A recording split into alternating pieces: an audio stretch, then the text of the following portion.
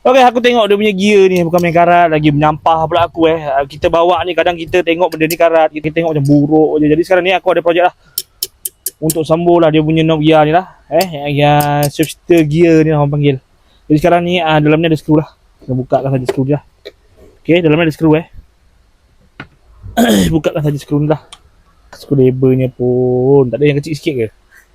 Screwdriver je pun besar, bapak besar. Kita buka lah skru dua ni dah. Sebab kita nak buka dalam ni, kita kena buka lah skru dua ni. Kita rawakan sahaja benda ni. Okay, kat sini pun ada skru Kita buka lah skru kat sini. Kita ada skru lah. Jadi tak ada skru Kita dah buka skru yang mungkin. Okay, kita keluarkan saja daripada tempatnya lah. Okay, lepas tu dalam ni pun ada skru dua Ada skru juga. Skru bunga kat dalam ni. Kita kena buka jugalah sebab kita nak buka konsol dia ni. Sebab apabila kita buka baru kita nampak dalam tu